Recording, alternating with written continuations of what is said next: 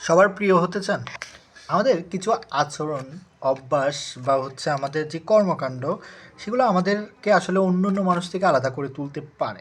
এক্ষেত্রে বলা হচ্ছে আপনার গ্রহণযোগ্যতাও বাড়াতে পারে। যেমন ১ম টা বলা হচ্ছে আগে দর্শনদারি, পরে গুণবিচারী। সো আপনার যেই পোশাক পরিচ্ছদ, আচার-আচরণ, কথাবার্তা, এই ইন্ডিকেটরগুলো আপনাকে অন্য মানুষ থেকে আলাদা করতে পারে এবং আপনি এমন কিছু করবেন না যেটা আপনার উপর একটা নেতিবাচক প্রভাব ফেলতে পারে। সো আপনি যখন কারোর সাথে কথা বলতেছেন, আপনি সোজা হয়ে দাঁড়ান। সো কুঁজু হয়ে দাঁড়াবেন না, এটা বলা হচ্ছে, বা আপনার মেরুদণ্ডটা সোজা রাখেন এবং কথা বলার সময় আপনি শ্রোতার সামনাসামনি কথা বলেন, তার সাথে ফেস টু ফেস কমিউনিকেশন যেটা। সো এখানে বলা হচ্ছে যে আপনি এই কোয়ালিটিগুলা আপনাকে আগে আহ, দর্শনদারি, অর্থাৎ আপনাকে দেখতে ভালো দেখাবে, যে পোশাক পরিচ্ছদ, কথাবার্তা, তারপর আপনার যেই জেস্টার, পশ্চার, এই জিনিসগুলা, দেন এইগুলো আপনাকে আসলে অনেক বেশি সুন্দর, আত্মবিশ্বাসী এবং পরিপাটি দেখায়। দ্বিতীয়ত বলা হচ্ছে আপনার আশেপাশের পরিবেশের ব্যাপারে সজাগ থাকেন, অর্থাৎ আপনার কোন মানসিকতার লোকজন আপনার পাশে আছে, বা তারা কোন বিষয় নিয়ে আগ্রহ, বা তাদের আচার আচরণ, ব্যবহারগুলো নিয়ে যদি আপনার যদি আগে থেকেই ধারণা থাকে, তাহলে আপনার অপ্রাসঙ্গিক কোনো কথাবার্তা বা কাজকর্ম একটু কম হবে, কারণ আপনি তাদের সম্পর্কে অলরেডি অবগত, আপনি জানেন যে কোন জায়গায় কী বলতে হবে।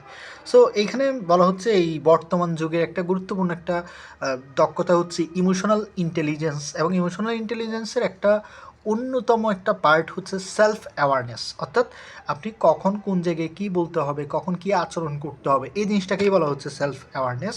সো আপনার পারিপার্শ্বিক পরিবেশ সম্পর্কে আপনার একটা ভালো একটা আইডিয়া থাকলে আপনি এই জায়গায় ভালো একটা ডেলিভারি দিতে পারবেন, আপনি সিচুয়েশন বুঝে কথা বলতে পারবেন। ৩ নম্বর বলা হচ্ছে শুনুন বোঝার জন্য। সো আপনার সবার প্রিয় হওয়ার জন্য আপনার একজন যদি আদর্শ শ্রোতা হতে পারেন, এটা সবচাইতে ভালো। দেখবেন যারা আপনার থেকে বেটার, তারা হয়তো আপনার থেকে ভালো একজন শ্রোতা। সো এই ক্ষেত্রে বলা হচ্ছে বক্তা কী বোঝানোর চেষ্টা করতেছে, কী বলতেছে, কেন বলতেছে, এই জিনিসটা যদি আপনি বুঝতে পারেন, আপনি একজন ভালো শ্রোতা হতে পারবেন। সো আপনি ভালো শ্রোতা হওয়ার একটা বিষয় হচ্ছে আপনি বক্তা যা বলতেছে সেটা ঠিকঠাকভাবে বোঝার চেষ্টা করুন। এতে করে আপনি একজন ভালো শ্রোতা হতে পারবেন। এখানে বলতেছে কথাই বলে, just because you are right that doesn't mean I am wrong. আর ইংরেজি নয়কে উল্টো দিক থেকে দেখতে ইংরেজি ছয়ের মতোই লাগে, তাই কে কোন ব্যাপারটা কোন দৃষ্টিকোণ থেকে বিবেচনা করছে সেটা দেখা উচিত। আমরা প্রতিটা মানুষ আলাদা, আমাদের চিন্তাভাবনা আলাদা, দৃষ্টিভঙ্গি আলাদা, তাই মতভেদ হওয়াটাও অস্বাভাবিক নয়। মতভেদ হলে তর্কে জড়ানোটা খুব একটা ভালো সিদ্ধান্ত কখনোই নয়। ৪ নম্বর যেটা বলা হচ্ছে সহমর্মিতা দেখান।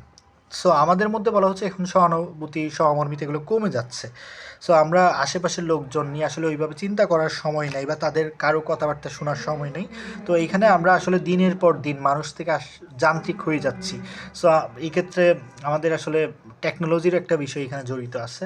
সো বলা হচ্ছে মানুষের অন্যের দুঃখে ব্যথিত হওয়া, অন্যের সুখে আনন্দ পাওয়া, এই জিনিসগুলো হওয়ার চেষ্টা করুন, অর্থাৎ সহমর্মিতা দেখান বা সমব্যতি হন।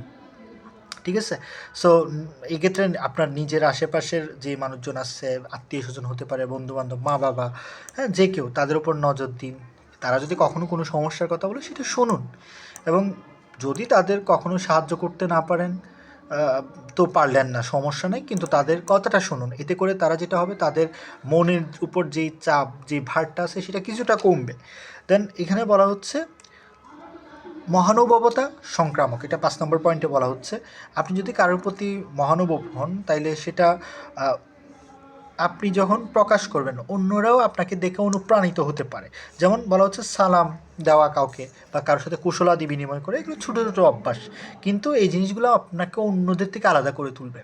ধরেন আপনি যদি আপনার বন্ধুদেরকে ২ টা ক্যাটাগরিতে ভাগ করেন, এক্ষেত্রে আপনি দেখবেন যে একটা ক্যাটাগরি সালাম দেয়, একটা ক্যাটাগরি হচ্ছে যারা আ সালাম দেয় না। সো এই যে আপনার আ সেটার উপর আপনি দেখতে পারবেন ২ টা ক্যাটাগরি করে। পাশাপাশি আপনার যেই আচরণটা আপনি করতেছেন মানুষের সাথে, ছোট্ট আচরণ, এবং সেটা হয়তো অন্য কারো কাছে ভালো লাগতেও পারে। সো এক্ষেত্রে আপনি ওই ব্যক্তির কাছে একজন প্রিয় মানুষ হওয়াটা অস্বাভাবিক কিছু নয়। সো এখানে বলা হচ্ছে তাইলে আপনার যত সম্ভব মানুষকে সালাম কালাম দেওয়ার চেষ্টা করুন।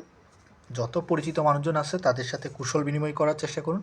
আপনি যখন কথা বলতেছেন তখন হাসি মুখে কথা বলুন এবং প্রয়োজনে কথাবার্তা শেষে যারা আপনার উপকার করছে তাদেরকে ধন্যবাদ দিন। কেউ যদি কোনো ভালো কাজ করে তাদেরকে প্রশংসা করুন এবং এভাবেই আস্তে আস্তে আপনার যে মহানুভবতা, যে ভালো দিকগুলো এগুলো ছড়িয়ে পড়বে সবার মাঝে। সো এই ছিল আপনার মূলত 5টা পয়েন্ট যেখানে বলা হচ্ছে আপনি কিভাবে সবার প্রিয় হতে পারবেন।